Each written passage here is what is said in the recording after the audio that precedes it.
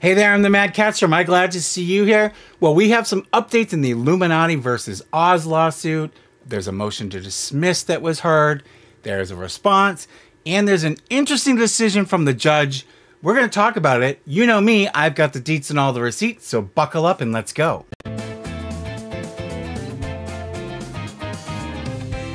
Welcome, and I just want to give you a brief explanation of why I haven't uploaded a video in 2 weeks.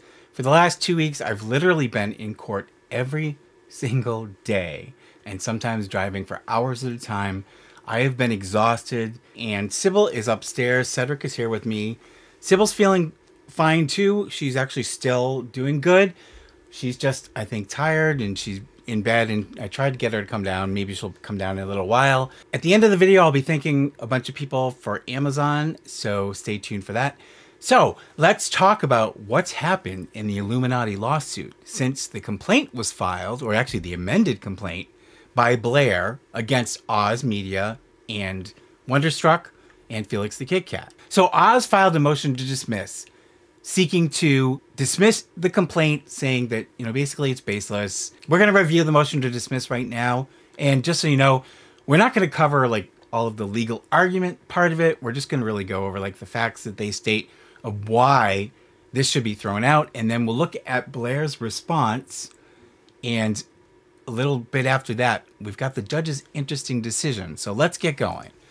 So here's a motion to dismiss. And this is filed by Oz's attorneys. And it says, plaintiff's complaint fails to articulate the alleged defamatory statements made, precluding any finding that such statements are plausibly, provably false or defamatory.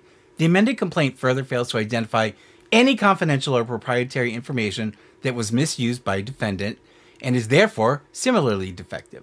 Plaintiff's entire amended complaint should be dismissed for failure to state a claim upon which relief may be granted. And that's a standard motion where you say there's no claim here that she can succeed on, she can get relief for, so therefore the whole complaint should just be thrown out. And here is why they say that her complaint is so deficient. It says plaintiff's amended complaint. Plaintiff's amended complaint alleges a hodgepodge of jumbled facts relating to a personal and business relationship with defendant Oz. Many of the alleged facts in the amended complaint appear to be irrelevant to the defamation and breach of contract claims, and we talked about that when we read through the complaint. It just seems bizarre to me how she's dragging personal stuff into like this business, quasi-business lawsuit. The claims that are asserted are sparse and are not pled with sufficient factual information to constitute plausible claims for defamation per se or defamation per quad. Those are legal terms. We're not even going to get into that, but basically they're saying that she doesn't have any claim for defamation based on what she's alleging against defendant Oz by either plaintiff being Blair on the one hand and her company, Pyramid. They're the two plaintiffs in this case. Defendant's counsel previously met and conferred with counsel for plaintiffs regarding these defects, and that's a standard thing. Like when you file a motion, usually you will have a conference with the other side to see if maybe you can work out the differences to avoid the motion having to go forward, or getting, the other party to assent to the motion so it doesn't have to be argued. Sometimes it's successful, sometimes it's not. Obviously, in this case, I would have been shocked if they had come to some kind of agreement. And it says, encouraging plaintiffs to amend the complaint to make these matters plain and identify the statements plaintiffs claim are defamatory and the confidential or proprietary information plaintiffs contend defendant misused. Rather than supply facts, plaintiff's amended complaint continues to merely assert threadbare legal conclusions and attempts but fails to plead per se and per quad defamation in the alternative. And then they now are going to sort of go over why her complaint is just so lacking. With regard to plaintiff Blair's claims against Oz, the amended complaint alleges that the parties were involved in a romantic relationship and lived together at various times in Oz's home. Blair alleges that the romantic relationship ended and that she moved out of Oz's home in December 2021. Claiming that she and Oz were still good friends, Blair moved back into Oz's home in August of 2022 while her new home was under construction.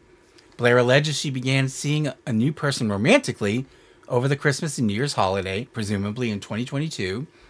The amended complaint alleges that Oz contacted an employee of Blair's in January 2023, telling the employee that Blair had cheated on him, and that Oz further texted co-defendant blank that Blair screwed him over. The amended complaint further alleges that Oz published a series of tweets falsely claiming that Blair had abused him. Finally, the amended complaint alleges Oz published and/or appeared in videos that included false allegations of theft. None of the alleged statements by Oz are set forth verbatim in the amended complaint, nor attached to it as an exhibit. And we talked about that. She has all these basically broad and vague allegations of defamation, but nowhere does she have a single specific instance, a date or an exact quote or anything to support her allegations. It's just ridiculous. None of the alleged statements by Oz regarding Blair are plausibly defamatory. The amended complaint is so lacking in essential details, including exactly what and in what context Oz said anything, that it fails to state a claim upon which relief can be granted. Further, none of the vaguely described statements alleged in the amended complaint pertain to Plaintiff Pyramid Entertainment LLC, and as such, it cannot state a claim for defamation against Oz. In other words, what they're saying is everything she's alleged that he said, it's basically to deal with her. It has nothing to do with her company.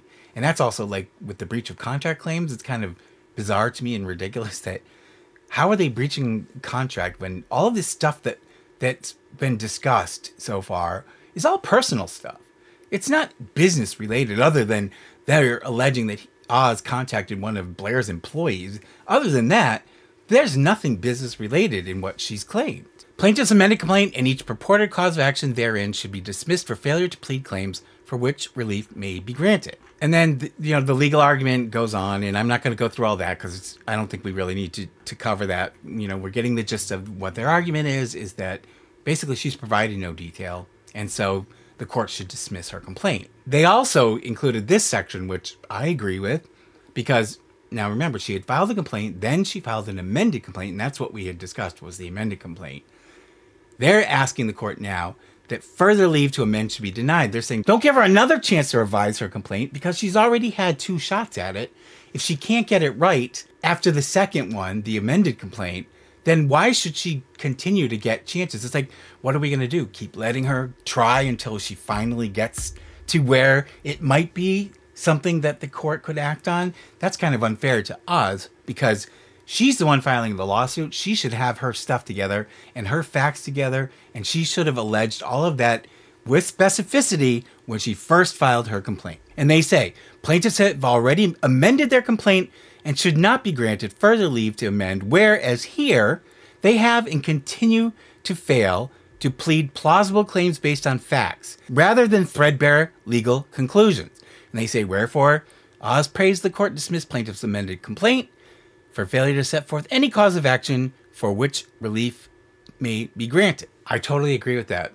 And in my opinion, when the judge read that, and we'll talk about her response in a second, after reading everything, if I had been the judge, I would have dismissed it. I would have said, this is nonsense. You have not provided any foundation to bring this complaint. You haven't given the court anything that could remotely prove your case. And the time to make your argument is when you file your complaint. It's not all the evidence that you present. You obviously, when you get to court, you're going to have exhibits and other evidence, and people are going to get deposed. But you need to have the facts set out. You can't just say, he said something bad about me and file a complaint in court. You've got to say when, what, where, give specifics of why it entitles you to relief. So let's look at her response. So here's her response, and it says, response to defendant Oz's motion to dismiss. Plaintiffs Pyramid Entertainment and Blair, by and through their undersigned counsel, hereby submit the following response to defendant Oz's motion to dismiss as follows. Legal authority under the standard of dismissal for failure to state a claim. The court accepts every factual allegation in the plaintiff's complaint as true and views the facts in light most favorable to the plaintiff. And that's correct. And that's pretty uniform, not just in Colorado, in like all the states where I practice. That's the way the court looks at it. And, obviously it's different case law that's gotten to that conclusion.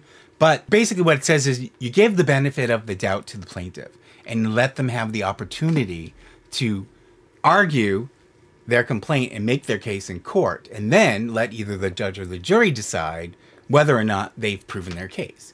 Well, the reason why Oz is filing this motion, what they're saying is basically that the facts in Blair's complaint are so vague and without specificity that really they're not facts. They're just vague assertions, really. So I'm going to skip like the whole argument section. I'm going to just go to where the facts section here is that they're talking about. It says here, plaintiffs allege not limited to the following. I've redacted not just names, but there's a couple of words in here that I redacted, like the R word. I don't want YouTube to flag the video. So here, plaintiffs allege not limited to the following. On or about January 4th, 2023, defendant Oz contacted Blair's employee and told the employee that Blair cheated on him, despite Oz's and Blair's romantic relationship ending in December of 2021. That's not defamatory. In or around the latter part of April of 2023, defendant Oz published a series of Twitter, now X posts, falsely claiming that Blair had abused him. Okay, well, that's something that you would need to prove in court. There's a whole lot of things to be considered. So, okay, so that's one thing. But again, the problem is they don't say exactly what he said. They just say that he made allegations or he made posts claiming falsely. They don't say what he said. What did he say that you're saying is false? You've got to tell the court what you're talking about. The court's can't read her mind or his mind and figure this out. You've got to tell the court up front exactly what it is that you're basing your claim on. After Oz made these false Twitter X accusations, Blair began receiving death and R threats from third parties through Twitter, Discord, YouTube, Twitter, Instagram, and email. Blair made her first call to the police in this regard on or around April 23rd. Now, okay, why did she call the police? Okay, she called the police what? To say, people are saying bad things about me on Twitter? You know, why did she feel the need to call the police? They don't say. They don't say anything. They don't get into any details. You know, this is one of the worst cases of vague complaints that I've ever seen. On July 25th, 2023, a defamatory video titled "The Fall of Blair, YouTube's Biggest Bully," was posted about plaintiffs. This video was published by Madison. In that video, defendants speak publicly about their intent to publish another defamatory video about Blair and Pyramid. Again, we talked about this when we talked about the complaint. So what? They appeared, there's a clip of them in somebody else's video saying that they are going to reveal more information about how they believe she negatively impacted their lives. Okay, so what? You can't sue for something that you think might happen in the future. You've got to sue for something that's happened already because you're not damaged if it hasn't happened yet. On or about September 16, 2023, Oz released a video titled "Let's Talk, an update on Illuminaughtii drama." In this publication, defendant speaks to how he believes, and that's an important point.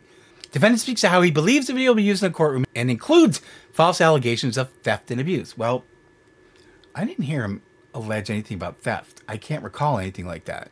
And him talking about how she made him feel or how he thinks she coerced him, that's his experience. That's his experience. He's not just making something up about her. He's talking about his real life experience with her. That's his opinion. So I don't think, even if there had been specifics here, that rises to the level of defamation. The allegations referenced above and pleaded in the amended complaint falsely allege that plaintiff Blair committed a criminal offense and S misconduct. These false allegations have severely impacted plaintiffs' reputations in the YouTube community. Plaintiffs were well-respected documentarians. A reputation which is waning. Yeah.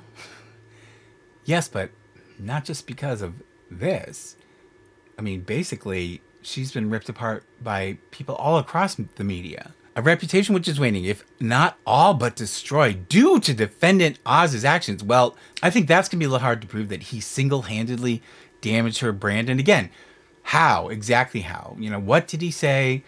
What's the damage? Blair will be able to establish at trial that she has lost thousands of followers to her YouTube channels. Again, this isn't all on Oz. She's been vilified everywhere. I think that collectively that may have impacted her YouTube channel, but I don't think this is all down to that one video that he put out where he really didn't say a whole lot, I don't think, that was specific that really hammered at her. It sounds like he's really holding back. So And it says that due to his actions, this has caused losses of substantial revenues. Again, no quantification. If the defamatory statements are on their face, unmistakably recognized as injurious and specifically directed at plaintiffs, the defamation per se claim is actionable without proof of monetary damages. So they're saying some case law. Now, I don't know, because I don't know Colorado law, whether that's true or not, you know, whether the court decides what the damages are, but she certainly can't just say she's lost thousands of dollars. She's got to at least quantify something, because the court's not going to be able to just pull a number out of the air. They have to base their ruling and their award to her, if she were to win, on something. You know, they're not just going to pull a number out of the air. And she says, if the defamatory statements on their face unmistakably are recognized as injurious. Well, first of all, they weren't directed at her company, number one. So, again, I think that really supports the argument of why is Pyramid Entertainment even involved in this? This has nothing to do with that, them as a plaintiff. The court should throw them off the complaint even if this does go forward. He's trying to relate, in response, mind you, to the actions she took. She's not some little wilting flower that's just being attacked on all sides. She's been quite the bitch. And she's really been vindictive toward Oz, going after his house, trying to hurt Wonder. You know, she's showing a pattern of really bad conduct towards people she allegedly cared about. So him explaining how that made him feel, I don't think it's going to be found to be defamatory. And I won't go through like all the case law and everything again. What we really need to just look at is what each side is arguing as to why it should be dismissed and why it shouldn't be dismissed. And the case law is really for the court to make an analysis. What is she asking the court? Well, in addition to them not granting the motion to dismiss, she says, wherefore plaintiff respectfully requests the court deny defendant's motion to dismiss, or in the alternative, to allow plaintiffs the opportunity to amend their complaint. So they want to, now they're going to provide the information. Why didn't they do that the first two times? Why do they get a third opportunity? To me, that would be incredibly lenient on the court's part.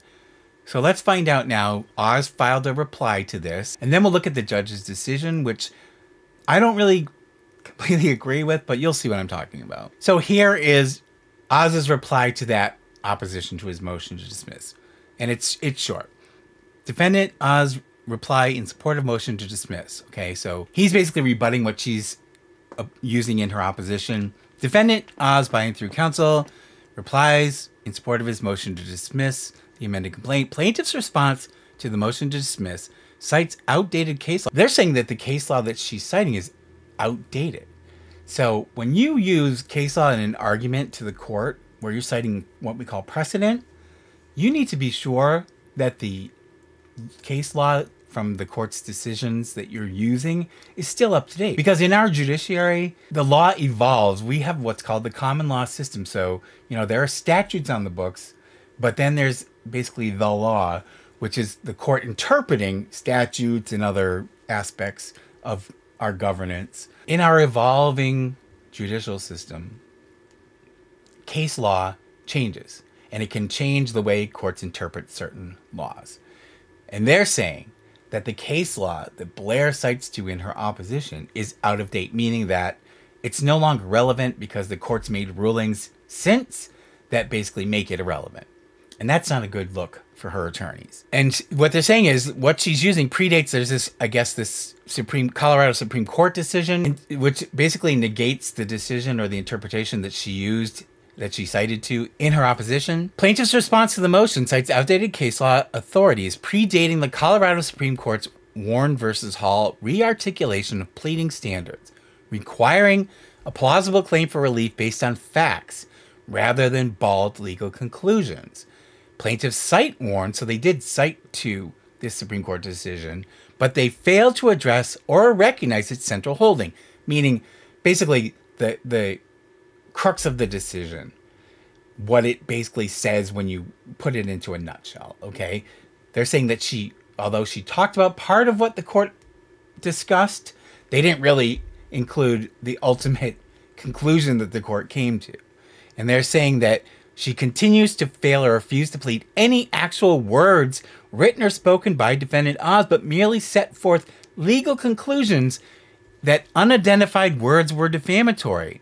Warren requires more, so this new decision or recent decision requires more. Rather than setting forth what plaintiffs contend defendant Oz actually said or wrote, plaintiff's response merely regurgitates vague allegations from their amended complaint, none of which on their face are defamatory or supported by any innuendo sufficient to set forth any claim of defamation as a matter of law. The court requires her to be specific. She hasn't been specific. Therefore, she hasn't met the standard she needs to meet to prove defamation, and the court should dismiss. And they go on to say further, rather than setting forth the words of defendant Oz, plaintiffs quote commentary by unidentified non-parties, what we were talking about, that appear to have been posted in response to a YouTube video. These are not the words of the defendant, and thus they cannot form the basis of a defamation claim against him. Exactly correct. You cannot use things he didn't say and call it defamation. He didn't say it, so he didn't defame her. And we talked about how you can't use something that might happen and call that defamatory because it hasn't happened. So you don't have anything to base that on. Likewise, plaintiff's breach of contract claim based upon a purported misuse of trade secrets, which is absurd. We've talked about that, is similarly defective. Plaintiffs have not set forth any facts sufficient to create a plausible claim that anything said or written by a defendant was an actual trade secret protected by any agreement. Plaintiffs have already amended their complaint once, but have refused to cure its defects. So they're basically saying she's not saying anything new to oppose him. She's just regurgitating what she's already said in her amended complaint. And then they're asking the court for a third chance to go back and amend the complaint. And they're saying that they've already had their chance to cure the defects and they didn't do it. So what did the court say? Well, let's take a look at the judge's interesting decision. Here's what the court did. Here's the court's order. They didn't decide the motion to dismiss. Rather, they only are addressing the issue of the amendment or possible amendment of the complaint. So that would be a second amendment. So it would be a second amended complaint. And this is what the court has to say. The motion proposed order attached hereto, action taken. Before the court is defendant Oz motion to dismiss. I have reviewed the motion, the response, and the reply, and I am familiar with the case file and with applicable law. I also note that defendant, I think it was Felix the Kit Kat, has more recently filed his own motion to dismiss. And he certainly, I think, we talked about it, I think he has a good case of why he should not even be in this. It appears to the court that the statements alleged to have been made by the defendants that plaintiffs contend are defamatory have not been pled with sufficient specificity for the court to be able to review them and determine whether or not they are defamatory. Okay, so you would think, based on that, the court would have just dismissed her complaint. And if she wants to refile it, as long as the court doesn't dismiss it with prejudice, she's free to file it again and try to come up with a better complaint. But instead, this is what the court did. Wherefore it is ordered within 14 days, plaintiff may file a second amended complaint. All alleged defamatory statements by all defendants shall be set out verbatim, and the media containing these statements, that is, Twitter X, threads, videos, and the like, shall be disclosed to the defendants. So in other words, they have to produce what specifically they're talking about. If the complaint is not so amended, the court will rule on the pending motions to dismiss. If the complaint is amended as set forth herein, that will moot the pending motions to dismiss by the defendants, and they may, if they wish, file motions to dismiss the second amended complaint. If they wish. Okay, first of all, I don't agree with this. I think she's had her chance. She's represented by counsel. She's not writing this herself. So her attorneys had two chances to get the allegations set out properly, and they didn't do it. Now the court is being incredibly lenient, giving her a third chance to come up with the specifics. I don't agree with it, but, you know, it's the judge's decision. Everybody has to abide by it. So I know that Blair did file her second amended complaint. We'll address that in another video shortly. But there you have it. Tell me what you think down below. Do you agree with this? I think that she's getting an awful lot of leeway to set out details that are fundamental to her complaint, that she should have set out right from the beginning, and giving her now a third opportunity to try to come up with what she's talking about in specifics is ridiculous, in my opinion. Let me know what you think. Anyways, I'm going to thank a bunch of people from Amazon in a second. I want to thank first all of our Patreon patrons, all of our channel members. We have some new Patreon patrons. Thank you guys so much. You guys help defer the monthly vet bills that I pay for the cats, including all of the care Sybil's getting and possibly what I might ask the vet to do depending on what her prognosis is after she's now been calmed down for a little while. I appreciate all of the support you guys have given me in the comments. I really, really appreciate it. Right now, we're going to thank a whole bunch of people from Amazon. So you guys, I've got a bunch more people to thank from Amazon, and Sybil did come down, so Sybil's making an appearance. Sybil the Enforcer says, please like and subscribe. Pretty girl. She's purring away. So let me just say first, if I haven't thanked you for something, please let me know. It's not intentional. Sometimes the boxes arrive with literally no slips at all, just an item. And so I don't know who it's from. So if for some reason you haven't heard me thank you, please let me know and I will thank you properly. Okay, so let's get started. So we've got Johnny D who sent us Rachel Ray, a nice big 14-pound bag of her grain-free food, which my cats really love. And we've got Morgan H who sent us some Friskies canned cat food, a case of that. Thank you very much for that. We've got, again, from Morgan H, we've got some catnip toys, which the cats really love. From Morgan H, some more catnip toys, so thank you so much for those. And then from Alyssa M, we've got some crunchy cat treats, which the cats go through. We go through so many treats. Thank you so much for the treats. And from Pink Monkey Bird, we got some jumbo stuffed crunchy cat treats. Thank you so much for that. And also, we got one of the nice cat beds for the cats. So thank you so much, Pink Monkey Bird, for that. Then we have from, again from Melissa M, we have some more cat treats. So thank you so much for that, Alyssa.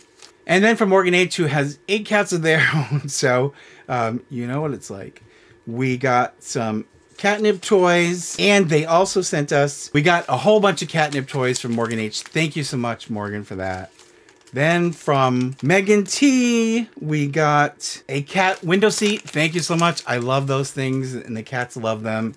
The ones we have are pretty much at the end of their life, so the new ones that we're getting, we're replacing those, and I appreciate that. Thanks so much. The cats love to sit in the window seats. And then from Alyssa M again, Melissa, thank you very much. We got a big 14-pound bag of Rachel Ray cat food, dry cat food. Thank you so much for that. From Caitlin L, we got a nice window seat. So thank you so much for that window seat as well. And then from somebody who was anonymous, we got a 14-pound bag of cat food. So thank you, Anonymous. Then again from Anonymous, we got one of those nice, the bowls that are raised up off the floor. Thank you so much, whoever you are. We really appreciate you. And from Megan T again, we got one of those really cool foldable cat carriers, which I love. And finally from Megan T again, we got one of those really nice collapsible cat carriers that I love. Thank you so much. Thank you, everybody. Again, if I didn't thank you, please let me know, and I will properly thank you. Again, it's not an oversight. I'm not trying to slight you. Sometimes the boxes just don't come with a slip, so I don't know who it's from. But thank you guys. All of your generosity, you guys, over the last couple of months has been amazing. The cats appreciate it. Sybil appreciates it. Oh, God, I can't tell you how good it is to have her eating and purring and not acting like she's in pain. So knock on wood, fingers crossed that the treatments that we're doing are going to help, because I want her to stick around. But thank you so much, you guys. Don't forget to like and subscribe. I'm going to do another video on the amended complaint that Blair filed in response to the judge's ruling. But until then, in the interim, take care of yourselves, love one another, and I will see you in the next one. Pretty please. Subscribe, like, and hit the bell. I get a treat for every new sub. Thank you.